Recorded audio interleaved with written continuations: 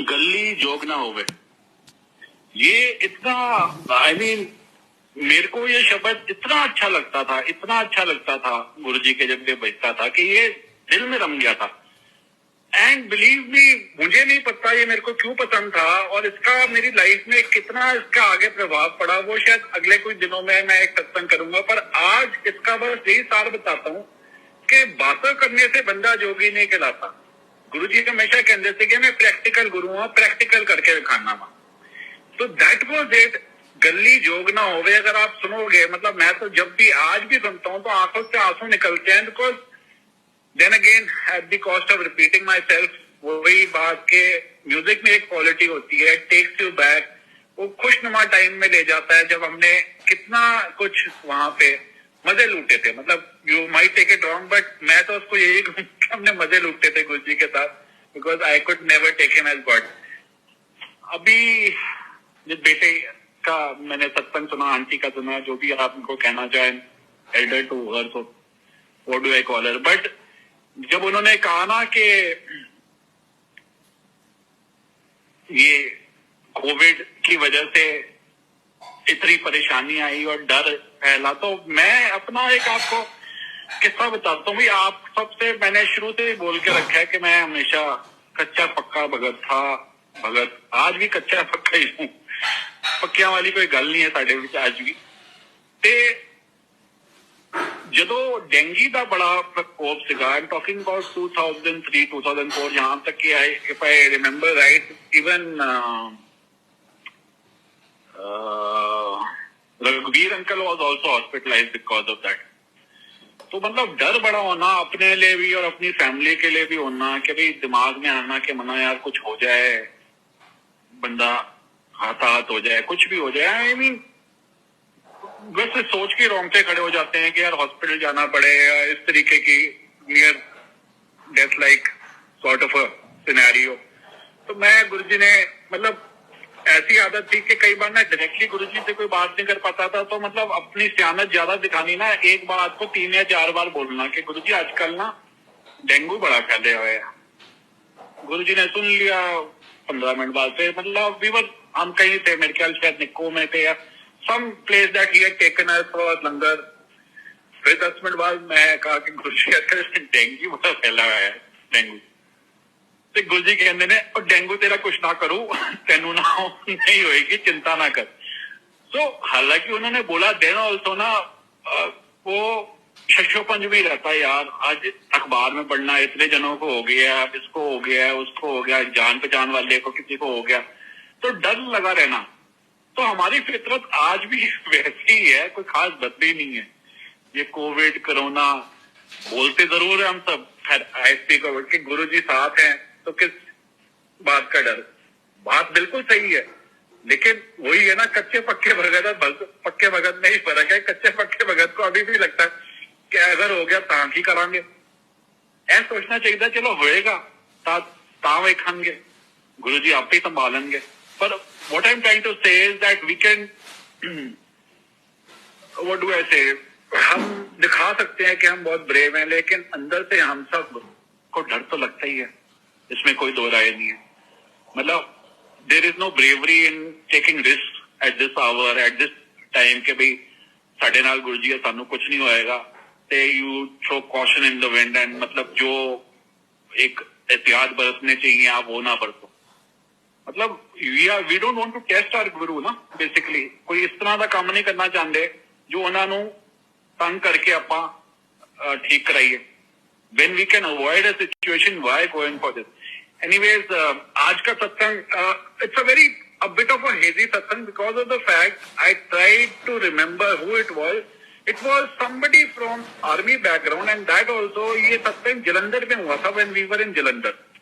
So I'm sorry, I cannot name him because I don't remember who he was. But I can tell you the satsang, it's a beautiful satsang, no doubt about it. The gist is right. It is probably that I am missing a few names. तो गुरुजी के वो वहां पे मंदिर में उन्होंने सत्संग सुनाया था, गुरुजी के सामने। गुरुजी ने उन्हें कहा था सत्संग सुना अपना। वो कहते ने कि गुरुजी जलंधर उन्होंने घर एक बारी आए दोपहरे, दोपहर से का या 4 o'clock, आई मीन हल्की शाम समझ लो, बट गर्मियों के दिन थे। एंड वो गुरुजी बस एंटर ही करे तो उन्होंने अपने बेटे को झाड़ के एक थप्पड़ मार दिया। तो गुरुजी ने कहा ना ना, बच्चे जब जवान हो जाए ना उससे हाथ नहीं चकते। तो उन्होंने कहा गुरुजी मैं सवेरे तो इन्हों कह रहे हैं कि गुरुआ ने आना है, थोड़ा काम कर ले, सिस्टम ठीक कर ले, कुछ फुल ला दे। ए मंदा ही नहीं है, खेलन नूं दौड़ना चाहता है। तो गुरुजी ने कहा कोई नहीं, इस तरह नहीं कर दे। तो गुरुजी के लिए शब्द बजे लगाया उन्होंने वहां पे, सीडी या कैसेट ही होती होगी, सीडी तो कहाँ ही होती होगी। तो वो बजती रही। तो तभी क्या देखते हैं कि लाइट चलेगी उस एरिया में, और वो सीडी आई मीन वो टेप बंद नहीं हुई, वो टेप बजती रही। अब आप ये मान के चलो कि पूरे एरिया में अगर सपोज लाइट नहीं है तो ये कैसे चल सकती है। तो गुरुजी की मेहर थी। अब वहां पे थोड़ा गर्मी लगने लगी, तो गुरुजी ने कहा कि आज ना गर्मी बढ़ी है, थोड़ा मौसम चेंज कर देगी। उन्होंने ना गुरुजी ने वहां बारिश कराई। कहते हैं बस वही लोकलाइज बारिश हुई थी, उसी एरिया में बारिश हुई, जिससे कि मौसम थोड़ा खुशगवार हो गया, और कहीं बारिश नहीं हुई थी। इसी पे आपको एक बताता हूं कि बारिश करानी और बारिश रोकनी ये सब गुरुजी के हाथ में है। अब मैं आपको एक रोकने के बारे में बताता हूँ। जो मंदिर में जो इंचार्ज है गुप्ता अंकल, वो भी इसकी शिनाख्त करेंगे। 31 मई 2008 पहला गुरुजी का महासमाधि दिवस का फंक्शन डुगरी में जब हुआ था, तो वापसी में संगतों ने के लिए लंगर ऊर्जा नंबर 1 एक गुरुजी का ना बड़ा चहेता ढाबा था, है रादर।